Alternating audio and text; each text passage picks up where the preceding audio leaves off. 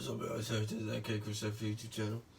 Sorry if I look a little tired. I just woke up and just recently got off my shift. I thought I was off today, but they put me on the schedule for the last 2 days. So typical. Yeah. Anyway, I'm gonna get straight into part 3, and then I'm gonna have another video today posting about the George Floyd. Y'all know about that situation, and I'm just gonna speak a little bit how I felt on that. If y'all have my Instagram, you already know. Like I said everything I need to say, but I'm gonna put my Instagram and Snapchat in the description below. And yeah, but I'm just gonna get straight into part 3.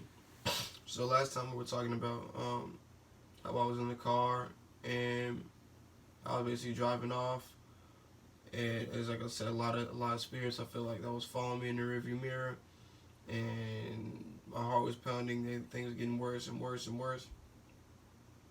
And now, whew, sorry, I'm just waking up. I just got done meditating too. And now, like I said, now we're driving, and we're driving, and we reached this apartment complex because I'm like, I need to stop somewhere. And I reached these apartments, and when I reached the apartments to take a break because I was like, I can't do this anymore. I sat there, and I look at the rearview mirror. I look at it one more time, and I felt a presence. And it was like my heart started shaking. My heart started shaking. Not my body, but my heart. And I was sitting there looking like, this can't be real. This can't be real. I look in the rearview mirror one more time. I started screaming. But it wasn't like I was screaming on purpose. It was like a terrified spirit inside of me, as if I've witnessed something. Well, it was God's wrath, and randomly my body screamed. It started screaming. I screamed for like a minute straight, just in terror. It wasn't me. It was like I said, it was like a spirit inside of me.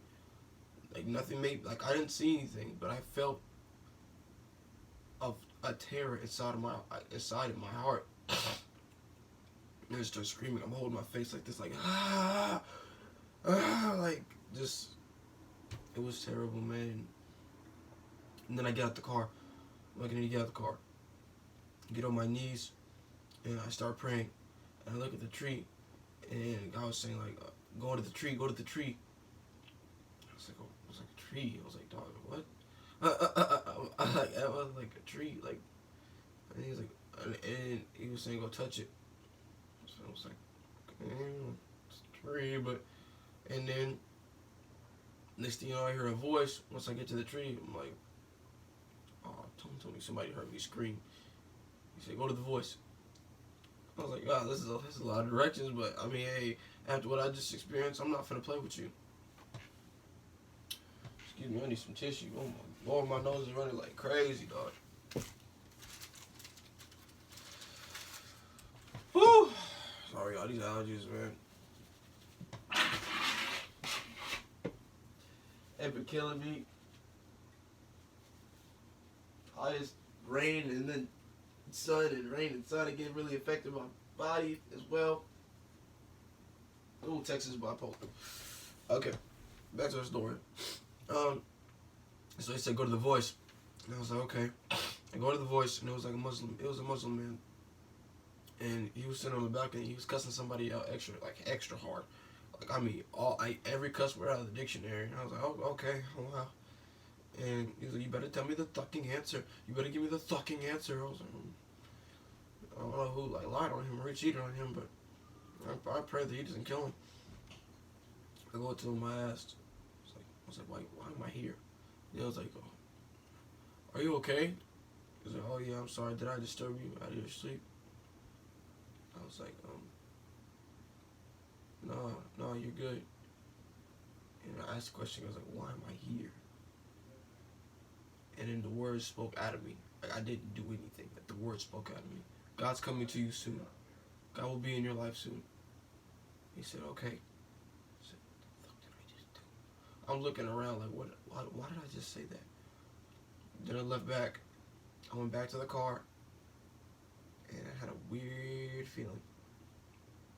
Something was telling me to go back. Go back, tell him again. Go back, tell him again. I'm like, like the confrontation was already weird. You know what I'm saying? It was random. You know what I'm saying? Like, and not that Muslims can't be Christians, but you know, like I said, is that a lizard? Oh, I'm sorry. But they mostly have like I said, a belief in Oh, my mind is blank. Oh, my mind is blank. They have a belief in Muhammad. Yes, Muhammad.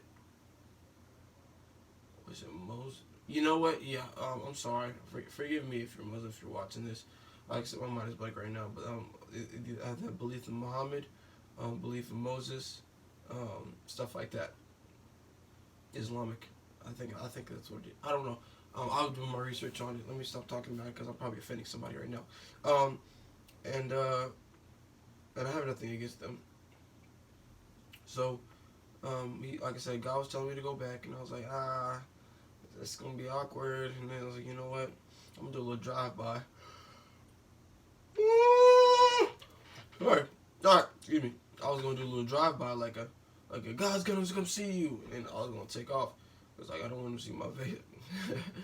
And so I got in the car and I did a little drive by, and I rolled past his apartment. I dropped the window. I was like, God's coming to your life soon. God's coming. God's coming. And then he yelled some type of word at me. I think he probably cussed me out too. And so and then I drove off, and then in my head I was like, if he said what I thought he said, like leave me alone, like go away. This is what God feels like every day. From every person upon this earth that just, I don't know where suddenly just stops believing in God. Or that turns away from God because of they didn't get their way, or simply they didn't get the wants they needed, and they think God is a genie, and you whatever you wish for, you get it, and it's not how God works. God gives you your needs, not your wants, because your wants are usually things of the flesh, and things of the flesh are never good for you. So you gotta be. That's why, like, I mean, most Christians fail at first, like I said, and most Christians are supposed to fall. When you fall in Christ, and like I said, you back out, you're like, dang, God, why am I broke? Like, God, why is my family like this? God, why am I keep losing my job? God, why do I keep, like I said, because He's putting you on a path. It's called character building. Every time you fail at something in life, every time you lose somebody, every time you lose a family, it's called character building. And so, and that's what happened to me. And like I said, this is why all this stuff started happening, because like I said, I lost a lot of things during this quarantine. Like I said, one was a girlfriend, another one was a friend, another one was the mother figure, another one was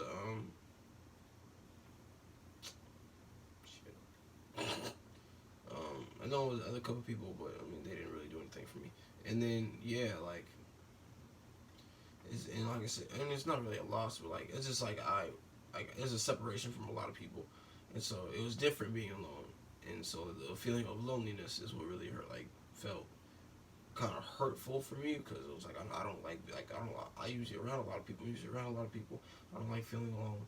I don't like feeling alone. Like I said, the people in my life, they weren't doing anything for me, so it's like okay, well, I see now like why God separated me, and I was going through this in my head as I was driving.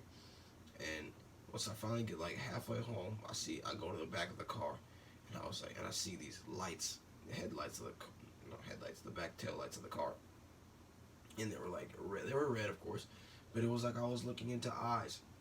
It was like the back of the car transformed. I was like, bro, I said this world is so freaking evil, dog.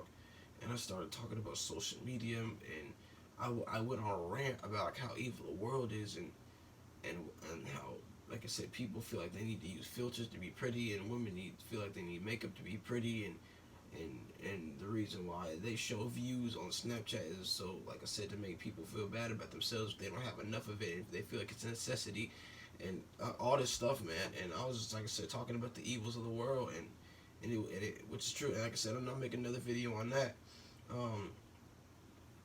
Which will call it. And then, like I said, and then we started driving and get to the green light. And I was like, I gotta get home, And I started hearing evil spirits again. I started hearing whispers. I was like, bro, I said, God, Jesus, please protect me on the way home. And this truck passes by. And all I hear is like it was angry, like it was pissed off. And it kind of like shook my balance off, like my equilibrium. I think I said that right. But it kind of shook it off, and I kind of like almost like crashed. Like I almost hit the curb. And then I got back on the wheel. I was like, what was that? I was like, bro, I need to get home. I started driving, and my tears started falling out again. Like I started getting extra emotional again. And then I finally get home. I finally see the gate. I don't have the car. I'm like, so I'm sitting in the car like this. I'm sitting here. I'm like, dang it, bro. I still gotta fight them off.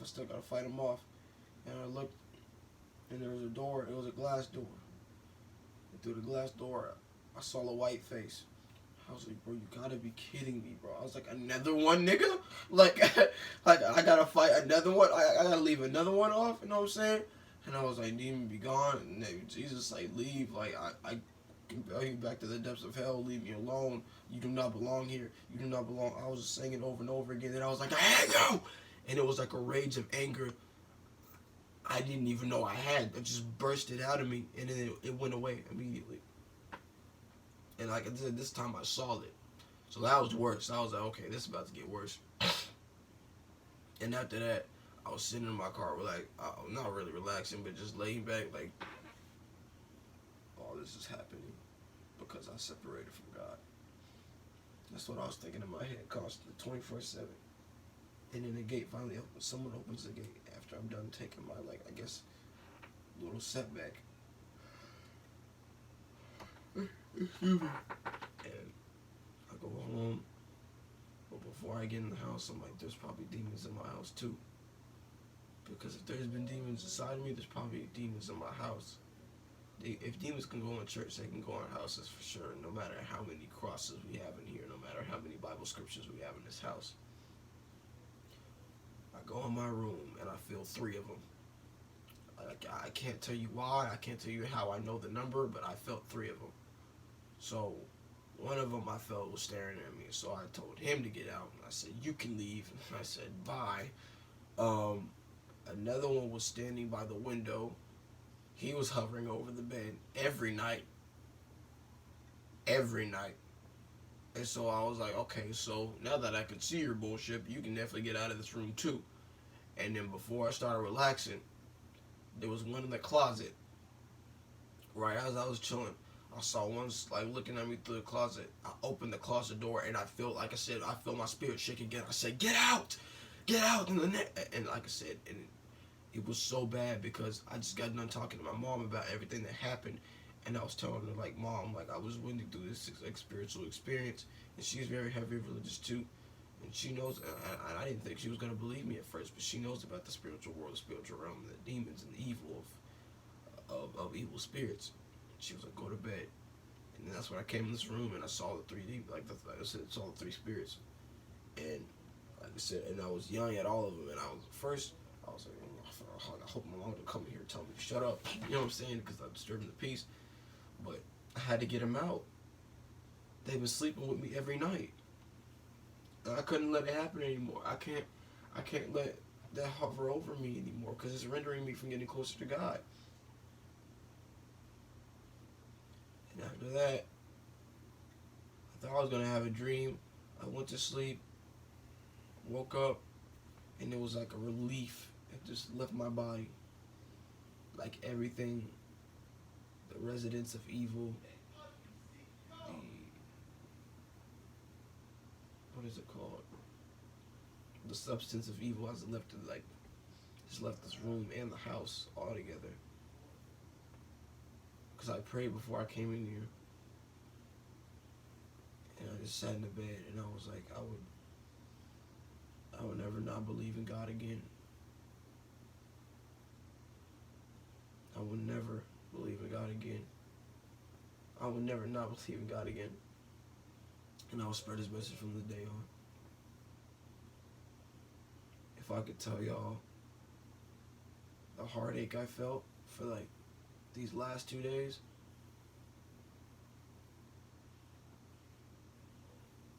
I still feel like it happened yesterday. Or I still feel like I went through it. Even talking about it. Like I just couldn't comprehend that something like that was actually real.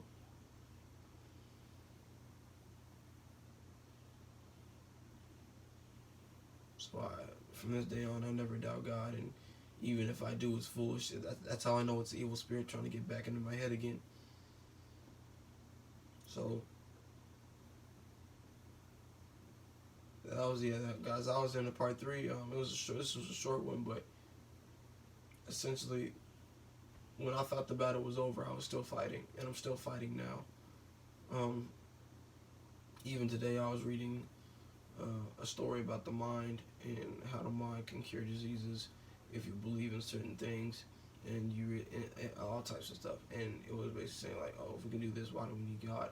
And that was another, like I said, that wasn't me, but that was, like I said, another evil response saying, trying to get me not to believe in God again. And I was like, God gave us that intelligent design. If we're able to have these powers, because God gave us powers. Like, I don't know if y'all believe that, but God gave us powers. Like like I said, we're spiritual beings. Like, so we have powers from God. This is why, like I said, Paul and Saul could do all they did to release demons out of people and cast, because God gave us powers. We have inner powers in us. So, and in our DNA is a language. Like, the scientists prove that. So, like I said, that obviously if there's language in our DNA and our blood letters, then there's an intelligent creator. So, yeah, man. And then, like I said, recently I had a dream about my ex again.